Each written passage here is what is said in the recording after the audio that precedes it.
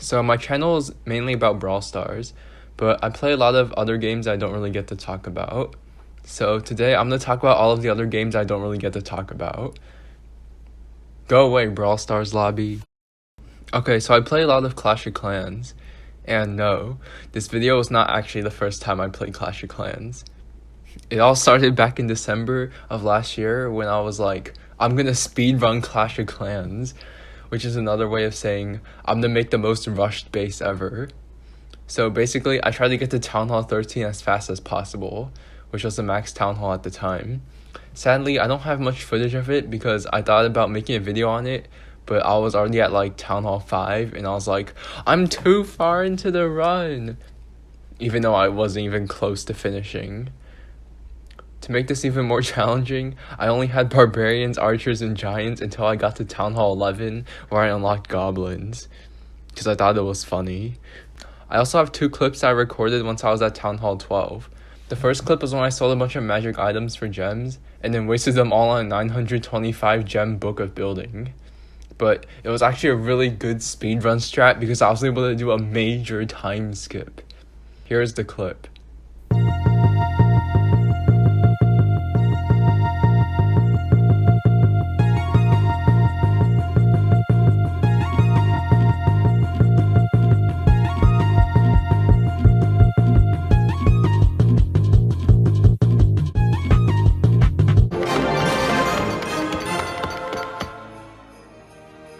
I totally don't regret this later when it takes forever to get the 5th builder.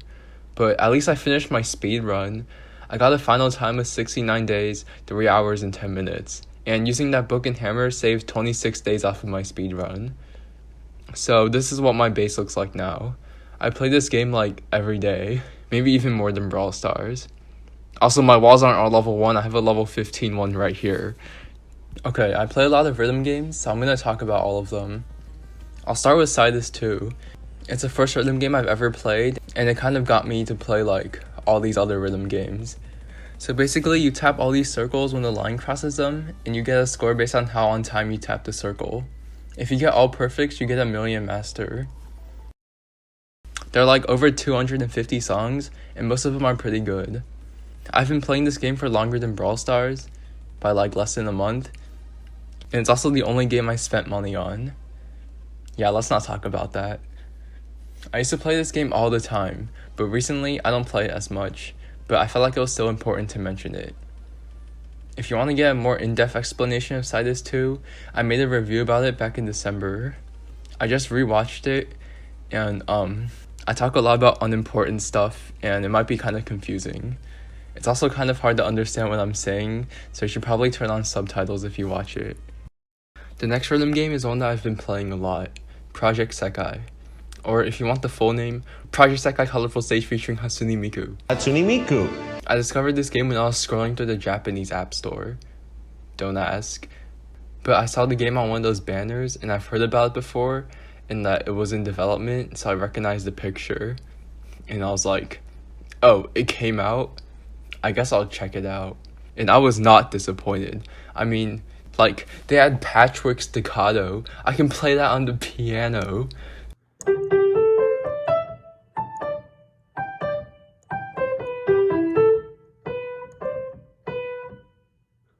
So this is a rhythm game, but it's also a gacha game. Basically what that means is that you build a team of characters and you play the rhythm game with them. But, oh, you got a full combo? Well, too bad, your team has a bunch of 1 stars, so you get a C. The way to get better characters is by gambling? That's right. You can pull for new characters at the gacha, which is basically a Japanese word for loot box, and it costs 3,000 gems to pull 10 characters. Gems aren't that hard to earn, like it takes around 1 to 2 weeks to get enough to pull for 10 characters, but right now I'm pretty poor, so I'm going to show you a clip of me buying the 10 character pull from a few months ago.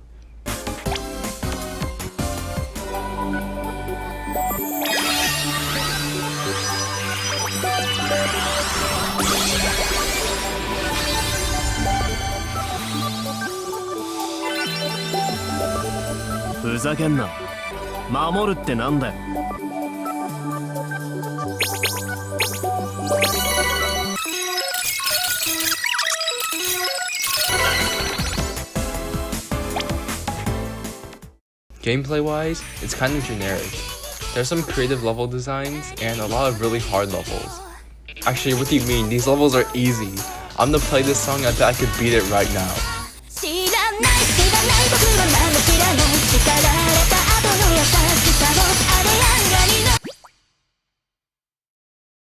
But one thing this game has that other rhythm games don't is multiplayer. You can play co-op with 4 other players, and you get better rewards for playing in multiplayer. I don't know why multiplayer is so fun. Half the time when we choose random songs, it doesn't even land on one I like, but it is. Combine that with these limited time events where you get a lot of rewards just for playing, and that's enough for me to get on every day and spend all my energy. I play this game more than Sidus now because there's actually a reason to get on and play besides to have fun, because I want to have fun. Project Diva is one of all of these games that I still play today. It's a game for Nintendo Switch where there's a letter and then there's the same letter that comes out from the side of the screen. You have to tap the letter on your controller when the letter touches the letter. There's also a really distracting music video that plays in the background. And when I discovered that you can actually customize the character in the background, I was like, let's make it even more distracting. There's a t-shirt maker in this game where you can design a t-shirt and make the character wear that t-shirt in the music video. So, you know what t-shirt I made. This is what my final character looks like, and I haven't changed it since. What makes this game different from other rhythm games is that there are like 5 different types of notes where you have to press different buttons for each of them. Like for example, when you play Sidus, you only have to tap the note at the right time. But in Project Diva, you have to tap the note at the right time, and it has to be the correct one. And that becomes much harder to do when you play the harder level songs, and there's like a million spam notes, like what the heck? But it's also really satisfying when the game throws a bunch of notes at you and get them all right. I play this game when I'm bored, so I guess I've been bored for like 170 hours. If there's one thing Rhythm Doctor has taught me, it's that I have no rhythm. In Rhythm Doctor, you play as this intern who has to treat patients by pressing the spacebar in the 7th beat of the song. This isn't like most of the other rhythm games I play, because in most other rhythm games, you don't work as an intern. Oh, and also because you only have to press the spacebar in this game and you don't have to spam it. Now you're probably thinking, wait, what? That's so easy. But the thing is, you have to be extremely precise and you can only miss a handful of notes before you lose. On top of that, the game just changes the beat of the song midway through and does a lot of stuff to distract you and make you lose your rhythm. I think it's kind of hard to explain without the music, so I'll show you some examples. 1, 2, 3, 4, 5, 6, 7, 8, 9, 10, 11, 12, 13, 14, 15.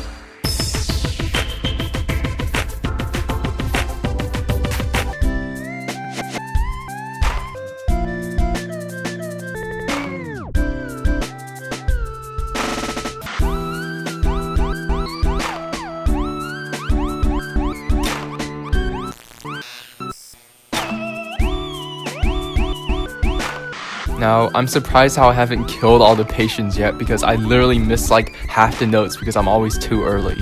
You can also play this game with 2 players, so I'm currently playing through it with Etho, but the thing is, both people have to actually do well to pass the stage. We got stuck on this one stage, we have to tap every other beat instead of every 7th beat, and then it suddenly goes really fast and really slow, and I always fail that part.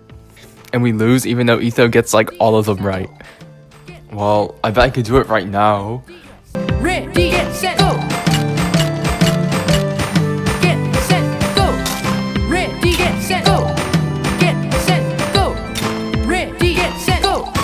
Get, set, go! And stop! D. If you watched any of my Hypixel Skyblock videos, do you know that I play Hypixel Skyblock? It's an MMORPG on the Hypixel server in Minecraft, and it's very grindy. When I first started, I had no idea about that, but I really liked how you can have your own island and you can just build like whatever you want on it. And you can also place down minions on your island that generate loot for you. Like, look how much cobblestone I have, I'm rich! But when I kept playing, I learned that to progress in the game, you have to grind so much. Like for example, when you get to the end island, ender armor is pretty important for progressing and actually surviving on the end island. So how do you get it? Well, you see, you have to kill the enderman on the top floor of the end island, and they have a 1 in 1,000 chance of dropping 1 piece of ender armor. So at first, I just tried to play the game without grinding. Oh, there's this Runon's bow that costs like 1,000,000 enchanted bones. Okay, I'll just put down a skeleton minion, and like 3 weeks later, I got the bow. Now I just do what I feel like doing. So if I feel like grinding for something, then I'll do it. In fact, I feel like getting the last piece of my Ender armor set right now, so I'm gonna go do that.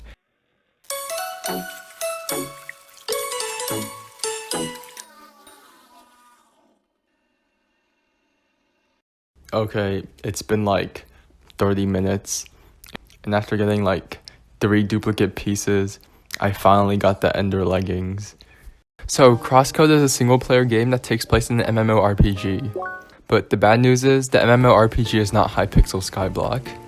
The game mainly centers around completing quests, fighting enemies, and just exploring the MMORPG world. The combat's actually really in-depth. Your main attack are these projectiles that can bounce off walls. So it's basically like Rico's attack in Brawl Stars. Danny, what is her main attack? So her main attack is pretty much like Rico's attack.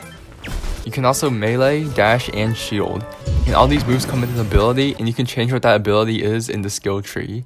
So you're probably wondering, so all you do is like kill things? Well, you also do side quests where you like kill things. But the problem is, it's kind of repetitive. Every area is kind of like kill enemies, complete quests, so you can get EXP, so then you can level up and you can do more damage. It's not like very grindy like Skyblock, but it's just grindy enough that makes me not want to play it most of the time. The game is also very story based. There's like a lot of dialogue and story, and it's actually pretty interesting. I feel like the only reason I'm still playing this game is because I want to see what happens at the end. I really want to finish this game, but I'm like over 12 hours in, and judging by how many spaces I unlocked on the world map compared to how big it is, I feel like I'm not even close to finishing the game. Everdale is a new Supercell game that's currently in beta. You build a village, and you gather resources to upgrade your village. But, if you zoom out, you're actually part of a valley of 9 other people. Disclaimer, this does not work if you're understudy level 4. In the valley, you can do many things, like send your villagers to go to like prison or something, or you can donate resources to help construct and upgrade buildings, or you can take up all the spaces in the bakery and make everyone else wait.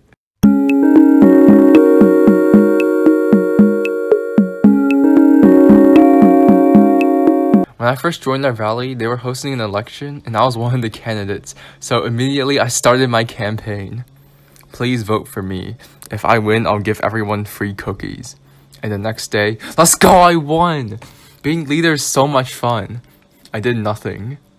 But sadly, after one day, my term ended, so I started another leader vote. And the sweaty guy in our valley has been our leader since, and I'm starting to think this turned into a dictatorship. A few weeks ago, there was an update where you can create your own valley. Okay, I didn't leave our valley. I thought it would be a good idea to make a new account where I'm the only person in the valley and have to do all this stuff by myself. I'm pretty sure this game will go out of beta, but if it doesn't, then I swear I wasted so much time. Okay, those are the other games I play.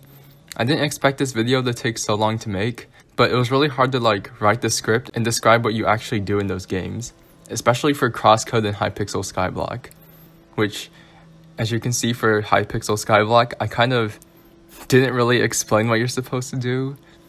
And editing took a long time, because I recorded those clips as I was editing, and when I finished recording, I didn't feel like editing anymore.